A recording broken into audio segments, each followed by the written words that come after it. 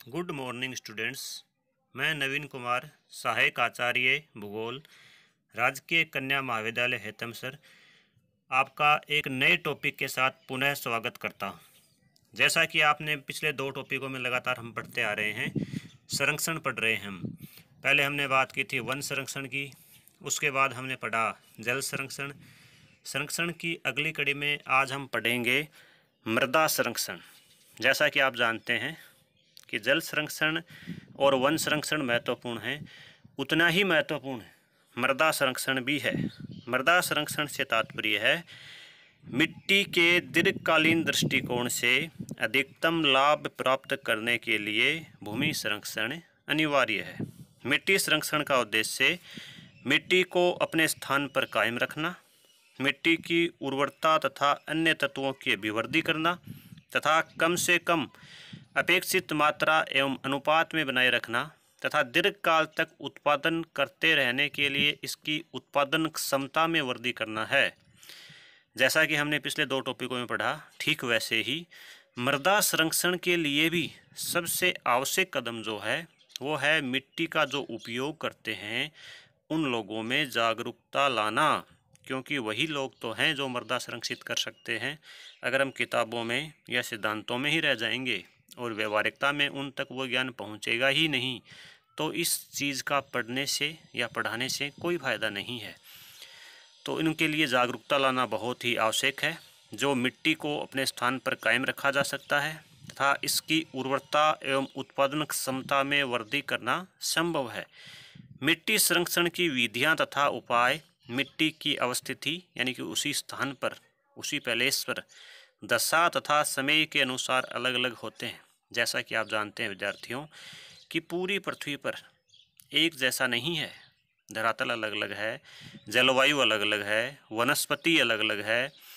ये सब विभिन्न स्थानों पर विभिन्न प्रकार के पाए जाते हैं, तो उनका प्रभाव भी मिट्टी पर अलग अलग ही पड़ता है। इसके अंतर्गत प्रचलित भूमि उपयोग पद्धति तथा परंपराएं भी सम्मिलित हैं।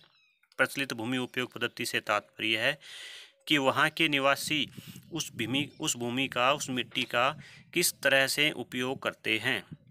भूमि संरक्षण की विधि ऐसी होनी चाहिए जो इन सभी परिस्थितियों में उपयोगी हो सके। भूमि की दशा का यह मतलब है कि मिट्टी कटाव तथा उर्वरता के संदर्भ में किस स्थिति में है, यानी कि मिट्टी का कटाव हो रहा है या नहीं हो रहा है, उसकी उर्वरता घट रही है या जैसी है वैसी ही है। समय का महत्व इसलिए अधिक है कि मिट्टी संरक्षण की दिशा में किसी विषम समस्या के उत्पन्न होने से पहले ही कदम उठाया जाना अथवा यदि समस्या उत्पन्न हो भी गई हो तो अनुकूल समय से लाभ उठाना चाहिए, यानी कि समय रहते उस पर काबू करना चाहिए। तो मिट्टी उर्वरता का ह्रास रोकने की दिशा में सबसे पहला कदम है वो है भूमि उपयोग नियोजन।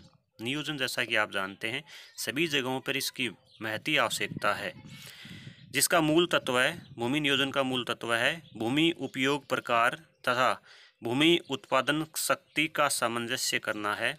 इसके अंतर्गत भूमि के विभिन्न आवश्यक उपयोगों, जैसे भूमि के कई प्रकार के उपयोग होते हैं। आप समझेंगे कि केवल कृषि में ही भूमि काम में आती है, नहीं, ऐसा नहीं है विद्यार्थियों। भूमि के उपयोग देखिए, वनों के अंतर्गत भी भूमि रखी है, कृषि के लिए तो आप जानते ही हैं, तथा इनके अन्य उपयोग भी, जैसे कि पशुपालन के लिए इसको काम में लेते हैं, पशुचारण के रूप में, और भी बहुत सारे उपयोग हैं। तो अन्य उपयोग आदि में समुचित आवंटन सर्वाधिक महत्वपूर्ण है। अधिवास, परिवहन मार्ग आदि के लिए यथासंभव कम उर्वर मिट्टी युक्त क्षेत्रों का प्रयोग करना चाहिए। आप जानते हैं कि कई बार ऐसी जगहों पर फैक्ट्रियां लगा दी जाती हैं जो भूमि बहुत ही उपजाऊ होती है, तो उस मिट्टी का, उस भूमि का उपयोग फैक्ट्रियां न लगा करके कृषि भूमि में होना चाहिए।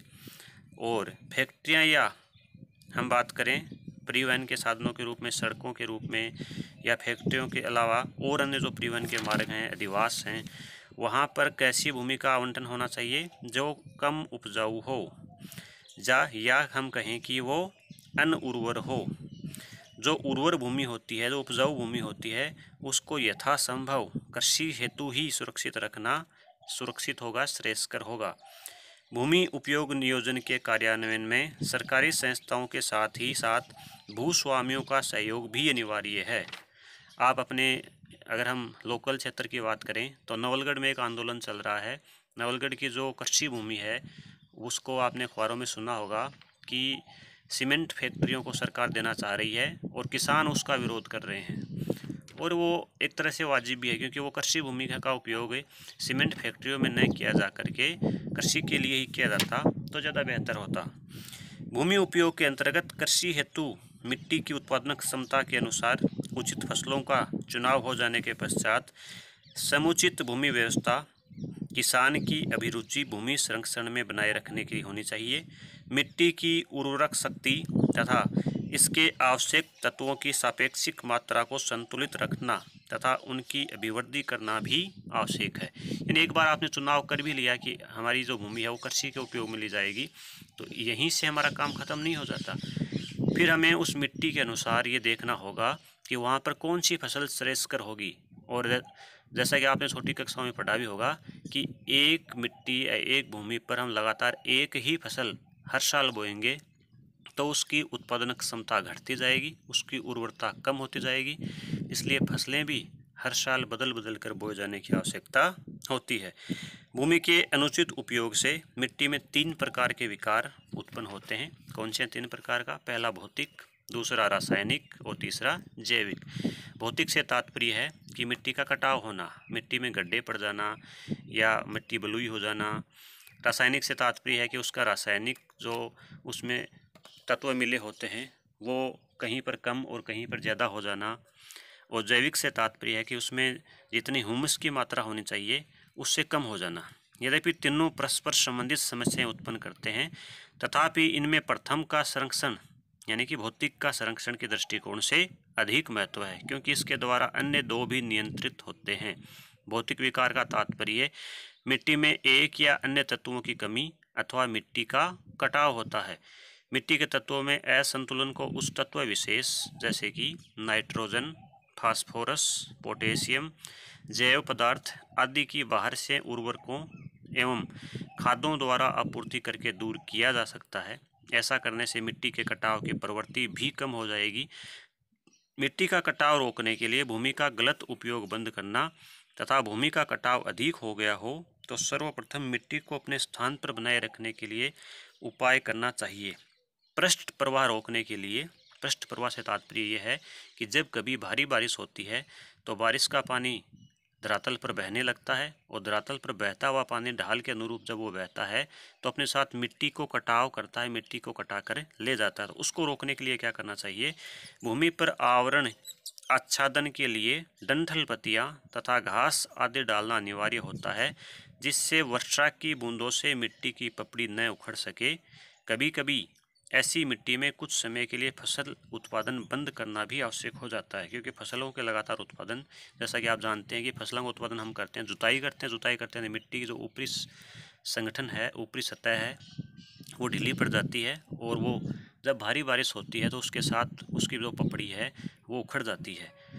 कई बार एक साथ तेज़ प्रवाह द्वारा हुए कटाव को रोकने के लिए, यानी कि एक साथ जब भारी बारिश होती है और बारिश का पानी एक नदी के रूप में, एक नाले के रूप में बहता है, तो उसको रोकने के, उस कटाव को रोकने के लिए अनुप्रस्थ जुताई, ये विशेषकर पहाड़ों में होती है। अनुप्रस्थ जुताई से तात्पर्य है समोच्च रेखीय जुताई, यानी कि ढाल के विपरीत जुताई करना, जिससे कि क्या होगा कि जो मिट्टी का कटाव है वो हम न्यूनतम कर सकते हैं। इससे भूमि की ढाल कई भागों में बंट जाती है तथा ढाल प्रवणता भंग हो जाती है।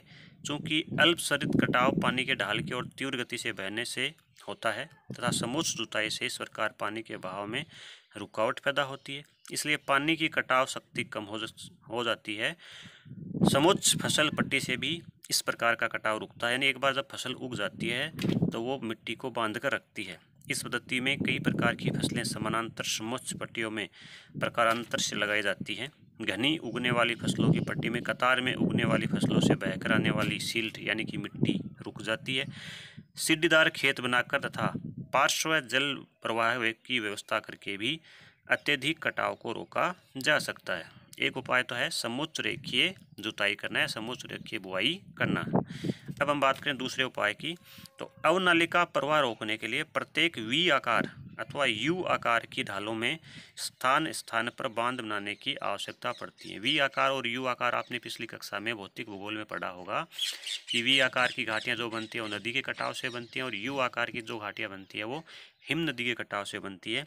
अब यहाँ पर कटाव रोकने के लिए क्या करना होगा कि उन ढालों पर जगह जगह पर बांध बनाए जा सकते हैं। तीखे ढालों पर यह बांध थोड़ी थोड़ी दूरी पर तथा समान ढाल जहाँ होते हैं वहाँ पर अपेक्षाकृत दूर दूर बनाए जा सकते हैं। बांधों के कारण ऊपर से बहकर आती हुई मिट्टी इन्हीं बांधों में भरने लगती है और काल क्रम में यानी धीरे धीरे समय निकलने के साथ साथ ये खाइयाँ पट जाती हैं, बंद हो जाती हैं, खाइयाँ रुक जाती हैं, भर जाती हैं। इसके पश्चात लताएं, घास, झाड़ियाँ तथा पेड़ों के लगने से भी कटाव रुक सकता है। जहाँ ऐसा कटाव बहुत अधिक हो गया है, भारी मशीनों द्वारा समतल करके उसमें वनस्पति लगाना भी लाभदायक होता है, यानी मशीनों से भी हम उसको लेवल समतल कर सकते हैं। मिट्टी के रासायनिक एवं जैविक विकारों को दूर करने के लिए भी कुछ ठोस एवं दीर्घकालिक उपाय अनिवार्य होते हैं। इसके लिए कृषि पद्धति इस प्रकार की होनी चाहिए जिससे मिट्टी में आवश्यक तत्वों की कमी नहीं बल्कि अभिवृद्धि हो, यानी कि हमें उनमें जो रासायनिक कमियां हैं उनको हम दूर कर सकते हैं। कम से कम जिस मात्रा में इन तत्वों का कृषि प्रक्रिया में मिट्टी से शोषण होता है उतनी मात्रा की पुनः आपूर्ति होना बहुत ही जरूरी है, आवश्यक है। तो अब हम बात करें कि कृषि पद्धति जब हम करते हैं, कृषि हम करते हैं तो उसमें किन किन बातों का विशेष ध्यान रखना चाहिए, क्योंकि आप जानते हैं कि भूमि का सबसे अधिक उपयोग तो कृषि में ही होता है।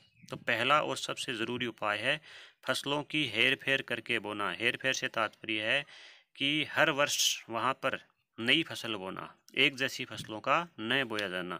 भूमि पर लगातार एक ही फसल उगाने से मिट्टी के उस तत्व विशेष का अधिक शोषण हो जाता है जिसको फसल विशेष अधिक ग्रहण करती है और अंततः मिट्टी के तत्वों का संतुलन भंग हो जाता है। कई फसलों के क्रमबद्ध हेर फेर से मिट्टी के विभिन्न तत्वों का बारी बारी शोषण होता है। फसलों के हेर फेर करके उगाने से मिट्टी तथा किसान दोनों को ही लाभ होता है। आप सब चूँकि गाँव के विद्यार्थी हैं, आपने देखा होगा अपने खेतों में अपने बुजुर्गों को, अपने बड़ों को काम करते हुए कि अगर एक साल हम उस क्षेत्र विशेष में बाजरा बोते हैं तो अगले साल दोबारा वहीं पर बाजरा नहीं बोया जाता है, वहाँ गंवार या अन्य नाइट्रोजन वाली फसलों को बोया जाता है ताकि उसकी उर्वरता बनी रहे। तो यही बात यहाँ बताई गई है। यदि यह हेरफेर सावधानी से किया जाए तो इससे मिट्टी में जैव पदार्थ तथा नाइट्रोजन की आपूर्ति होती रहती है, भूमि संरक्षित रहती है तथा उत्पादन अधिक होता है। यानी न केवल मिट्टी की उर्वरता बढ़ती है बल्कि किसान को भी इससे लाभ मिलता है। इससे मिट्टी में विषाक्त पदार्थों का विकास नहीं हो पाता है, पौधों की जड़ों को दूर तक फैलकर खाद ग्रहण करने की सुविधा मिलती है तथा कीटाणु एवं रोगों पर अधिक नियंत्रण रहता है। उर्वरकों का भली प्रकार उपयोग हो सकता है, श्रम का ऋतु के अनुसार वितरण समान होता है तथा निराई गुड़ाई की सुविधा रहती है। अतः फसलों के हेरफेर से मिट्टी संरक्षण में अत्यधिक सहायता मिलती है। इसमें घनी उगने वाली घासों एवं दलहन फसलों का अधिक महत्व है क्योंकि इससे मिट्टी को नाइट्रोजन मिलता रहता है। यानी दलहन फसलें जो होती है वो हमारी मिट्टी के लिए, संरक्षण के लिए या उर्वरकता बढ़ाने के लिए बहुत ही ज़रूरी हैं। दूसरी बात का हम जिसका ध्यान रखा जाना चाहिए उसकी हम बात कर लेते हैं। आवरण फसलों का उपयोग करना, यानी कवर क्रॉप्स का इस्तेमाल किया जाना। इससे तात्पर्य है कि जिस भूमि को परती छोड़ना हो, परती से तात्पर्य क्या है, फसल नहीं बोना हो, उसमें आवरण फसलें अवश्य लगा देनी चाहिए क्योंकि मिट्टी अगर खुली रहेगी तो वो हवा के साथ उड़ेगी। कई पौधे जैसे कि कैसी आवरण फसलें लगा सकते हैं, जैसे कि ढेंचा एक प्रकार की घास है। इस प्रकार की घास जो होती है वो मिट्टी को या भूमि के कटाव को रोकने के साथ ही मिट्टी को जैव पदार्थ तथा हरी खाद प्रदान करते हैं। तीसरा उपाय की हम चर्चा कर लेते हैं, जैविक अपशिष्ट पदार्थों का उपयोग। और इसके लिए देखो आप जैविक अपशिष्ट से आप समझ गए होंगे, ऑर्गेनिक वेस्ट की हम बात कर रहे हैं। ऑर्गेनिक वेस्ट का प्रयोग आजकल बहुत प्रचलित है और लोगों में जागरूकता जैसे जैसे बढ़ रही है, लोग जैविक खेती की ओर भी बढ़ रहे हैं। जैविक अपशिष्ट में कौन कौन से पदार्थ शामिल होंगे देखिएगा। जैविक पदार्थ के विविध प्रकार के जैविक अपशिष्ट पदार्थ जैसे फलियाँ, डंठल, बीज, छिलके आदि मिट्टी को महत्वपूर्ण तत्व प्रदान करते हैं। इनका समुचित उपयोग मिट्टी को उर्वरक शक्ति प्रदान करने के लिए किया जाना चाहिए। अब हम बात करते हैं चौथे उपाय की, उर्वरकों तथा खादों का उपयोग। आप कहेंगे उर्वरकों का उपयोग किया जाना क्या मिट्टी के लिए लाभकारी होगा? जी, सीमित मात्रा में और वैज्ञानिक तरीके से अगर हम इनका उपयोग करें तो ये भी मिट्टी के लिए लाभकारी होता है। क्योंकि अगर आप इनके पहले मिट्टी का परीक्षण करेंगे प्रयोगशाला में ले जाकर, तो वहाँ पता चलेगा कि मिट्टी में किस तत्व की कमी है। अब जिस तत्व की कमी है उसी तत्व को मिट्टी में अगर मिलाएंगे तो निश्चित ही मिट्टी हमें अधिक लाभ देगी। तो इसके अंतर्गत हम देखते हैं, मिट्टी से शोषित खनिजों की पुनः आपूर्ति करने के लिए विविध रासायनिक खादों का उपयोग करना चाहिए। इनके उपयोग के पहले मिट्टी का विश्लेषण करना तथा यह जानना आवश्यक है कि किस तत्व की मिट्टी में, किस खनिज तत्व की मिट्टी में कमी है। अब हम बात करते हैं, एक और उपाय है इसका, वह है जैव पदार्थ तथा जल का सम्यक संबंध। यानी जैव पदार्थ और मिट्टी में अगर जल एक नियमित, एक निश्चित मात्रा में मिले रहेंगे तो वो भी हमारे लिए लाभदायक होंगे। मिट्टी संरक्षण के सभी उपायों की सफलता अंततः है मिट्टी में जैव पदार्थ तथा जल के अनुकूल साहचर्य पर निर्भर है। इन दोनों के समुचित साहचर्य के बिना मिट्टी निर्माण प्रक्रिया सुप्रचलित नहीं रहती। जिस मिट्टी में पर्याप्त मात्रा में जैव तत्व विद्यमान रहते हैं उसी में पानी समुचित मात्रा में एकत्र तथा प्रवाहित होकर पौधों को पोषण तत्व प्रदान करने का माध्यम बन सकता है। उसी प्रकार जहाँ पर पानी पर्याप्त मात्रा में उपलब्ध हो पर आवश्यकता से अधिक न हो, वहीं विभिन्न जैव पदार्थों से जीवांश बन सकता है तथा मिट्टी सुपोषित रह सकती है। अतः मिट्टी संरक्षण योजना में इन दोनों का सम्यक संबंध बनाए रखना अनिवार्य होता है। यानी कि इससे तात्पर्य है कि उसमें जो मिट्टी में जीवांश, जिसको हम ह्यूमस कह सकते हैं, वो तभी रहेंगे जब वहाँ पर नमी और जैविक पदार्थ एक निश्चित, एक नियमित अनुपात में हों। अगला जो उपाय होगा कृषि पद्धति के लिए ध्यान रखने वाला, वो है कैल्शियम कार्बोनेट तथा विरल तत्वों का उपयोग। इससे तात्पर्य है कि जिस मिट्टी में अम्ल अधिक हो जाते हैं, आप जानते हैं अम्लीय या क्षारीय दो प्रकार की मिट्टी हो सकती है, उसमें कैल्शियम का व्यवहार आवश्यक हो जाता है। उसी प्रकार मिट्टी को सुपोषित तथा उर्वर बनाए रखने हेतु उसमें विरल तत्वों जैसे कोबाल्ट, बोरोन, जस्ता आदि का होना भी आवश्यक है। अन्य खनिज तत्वों तथा जैव पदार्थों की उचित मात्रा होते हुए भी यदि मिट्टी में ऐसे तत्वों की कमी हो जाए तो पौधों का पूर्ण विकास नहीं हो पाता। देखिएगा, आप सोचते होंगे आपने खूब सारी खाद डाली, आपने खूब पानी दिया, लेकिन आपकी फसलें अभी भी कमज़ोर खड़ी हैं, तो आपको नहीं समझ में आएगा। तो इसको समझने के लिए क्या है कि हमें जो रासायनिक तत्व होते हैं उनकी जांच, यानी मिट्टी की जांच हमें कृषि प्रयोगशालाओं में नियमित रूप से हम कराएंगे तो पता चलेगा कि हमारी मिट्टी में किस तत्व की कमी है और उस तत्व का बाद में हमें उसमें लाकर उपयोग करना पड़ेगा। परंतु इन तत्वों की आवश्यक मात्रा इतनी अल्प होती है कि बिना मिट्टी विश्लेषण तथा मिट्टी रसायन के ज्ञाता की सहायता के इनका उपयोग करना कठिन है। तो इसके लिए आपको क्या करना पड़ेगा विद्यार्थियों, आपके जो किसान हैं उनको उस मिट्टी को प्रयोगशाला में ले जा करके सबसे पहले परीक्षण करवाना पड़ेगा। प्रयोगशाला में जाने से पता लगेगा कि मिट्टी में किस तत्व की कमी है। तो इस तरह से हमने देखा कि हमारे किसानों के लिए कौन कौन से उपाय होंगे जो न केवल किसानों के लिए खुद के लिए लाभदायक होंगे, बल्कि हमारे मिट्टी संरक्षण में भी वही उपाय बहुत ही उपयोगी होते हैं। तो आज के इस चैप्टर में हमने पढ़ा मृदा संरक्षण के बारे में। इस तरह से जो हमने पिछली 3 क्लासों में 3 आवश्यक संरक्षण को पढ़ लिया है। पहला हमने पढ़ा था वन संरक्षण, दूसरा हमने पढ़ा था मृदा संरक्षण और तीसरा हमने पढ़ा है तीसरा जल संरक्षण। तो मैं अब चाहूँगा इन तीनों ही टॉपिकों का आपको एक एक प्रश्न तैयार करना है परीक्षा के लिहाज से, और वो लिख करके आप हमारे जो कॉलेज का व्हाट्सएप ग्रुप है वहाँ पर उसके उत्तर ज़रूर भेजिएगा। तीनों प्रश्न आप नोट कर लीजिएगा। पहला प्रश्न है कि वन संरक्षण से आप क्या समझते हैं? वन संरक्षण की विभिन्न विधियों का वर्णन कीजिए। दोबारा सुन लीजिए, वन संरक्षण से आप क्या समझते हैं? वन संरक्षण की विभिन्न विधियों का वर्णन कीजिए। दूसरा प्रश्न है जल संरक्षण से क्या तात्पर्य है? जल संरक्षण से क्या तात्पर्य, ये हमारा दूसरा प्रश्न है। और आज जो हमने पढ़ा है उसका प्रश्न आप लिखिएगा, मृदा संरक्षण हमारे लिए क्यों महत्वपूर्ण है? मृदा संरक्षण हमारे लिए क्यों महत्वपूर्ण है? मृदा संरक्षण की विभिन्न विधियों का वर्णन कीजिए। इस तरह से मैंने आपको असाइनमेंट के रूप में 3 प्रश्न दिए हैं। इन तीनों ही प्रश्नों का उत्तर आप अगले 3 दिनों में हमारे कॉलेज के व्हाट्सएप ग्रुप पर भेज दीजिएगा। आप सभी का हमारे इस यूट्यूब पर आने के लिए बहुत बहुत धन्यवाद।